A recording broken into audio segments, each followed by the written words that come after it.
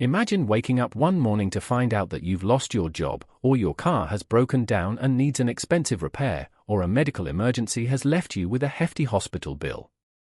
What would you do? How would you cope financially in such a situation? For many people, the immediate reaction is panic and uncertainty. But having a financial safety net can make all the difference between financial stability and disaster.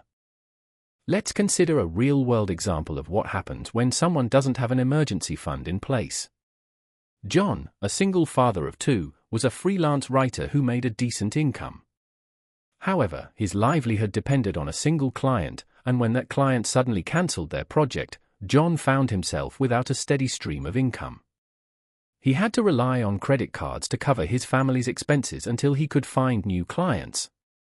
This experience left him feeling anxious and stressed about the financial instability. John wasn't alone in this situation. Many people face similar challenges when they don't have an emergency fund to fall back on. According to a recent survey, over 50% of Americans don't have enough savings to cover 3 months' worth of living expenses. This lack of preparedness can lead to financial stress, anxiety, and even debt. Having an emergency fund can be a lifesaver in such situations. It's like having insurance for your finances, providing a cushion that absorbs the shock of unexpected expenses or financial setbacks. Without one, you might have to resort to borrowing money at high interest rates or even worse, dipping into investments meant for long-term goals. Let's look at another example. Emily, a software engineer, was making good money, but she had no emergency fund in place. When her car broke down and needed an expensive repair, she was forced to use her credit card to cover the costs. This put her in a difficult financial situation, and she ended up having to cut back on essential expenses like food and rent. Having an emergency fund can help you avoid situations like this. It's not just about having some money set aside for unexpected expenses, it's also about being prepared for the unknown. With an emergency fund, you'll be able to take care of your financial obligations without going into debt or sacrificing your long-term goals. So, how much should you save in your emergency fund? A common rule of thumb is to aim for 3 to 6 months' worth of living expenses. This amount can vary depending on factors such as job security, income stability, and the number of dependents you have. For example, if you earn $4,000 per month and want to build up a 3-month emergency fund, you'll need to save around $12,000. Creating an emergency fund might seem daunting at first, but it's actually quite straightforward. You just need to follow some simple steps and be consistent in your approach.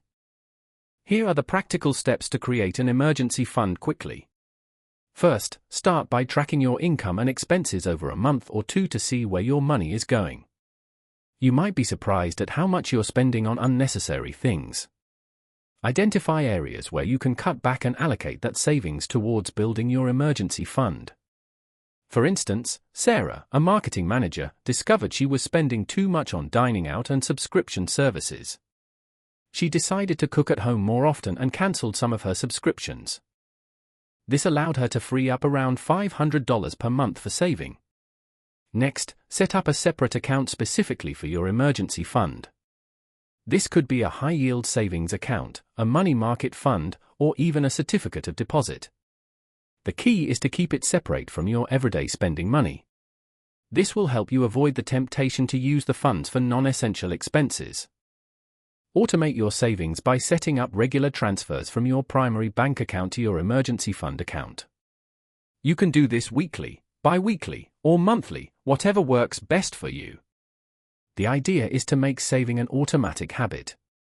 This way, you'll ensure that you're consistently putting aside a fixed amount each month. Let's go back to John's example. He decided to set up automated transfers from his primary account to his emergency fund account. By transferring $1,000 each month, he was able to build up his 3-month emergency fund in just 6 months. Of course, building an emergency fund quickly requires discipline and patience. But think of the peace of mind that comes with knowing you have a financial safety net in place. And remember, having an emergency fund is not just for unexpected expenses, it's also for taking advantage of investment opportunities or even pursuing new business ventures. To make saving easier, consider implementing some habits like Using the 50-30-20 rule, allocate 50% of your income towards necessary expenses, 30% towards discretionary spending, and 20% towards savings and debt repayment. This will give you a clear picture of where your money is going and help you allocate funds accordingly. Cutting back on unnecessary expenses, identify areas where you can save money by reducing or eliminating things like subscription services, dining out, or entertainment costs. For example, Emily, a software engineer, cut her monthly subscription services bill from $200 to $50 by canceling some of her unused subscriptions.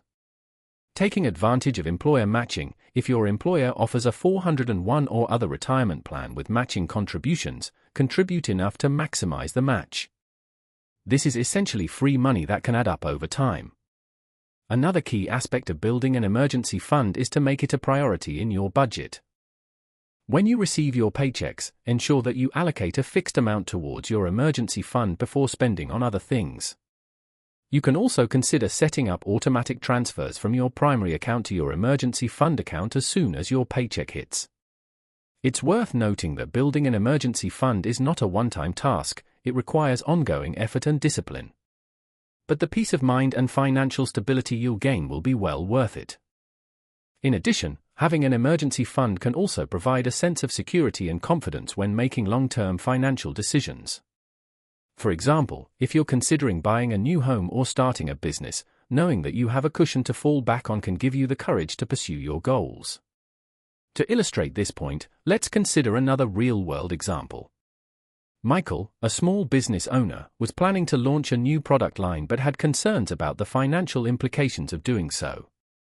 With an emergency fund in place, he felt more confident and secure in his decision-making process, allowing him to take calculated risks and pursue his entrepreneurial goals. In conclusion, building an emergency fund takes time and effort, but it's a crucial step towards achieving financial stability and peace of mind. By following these simple steps and being consistent in your approach, you'll be able to create a safety net that will give you confidence for years to come. So start working on it today, your future self will thank you.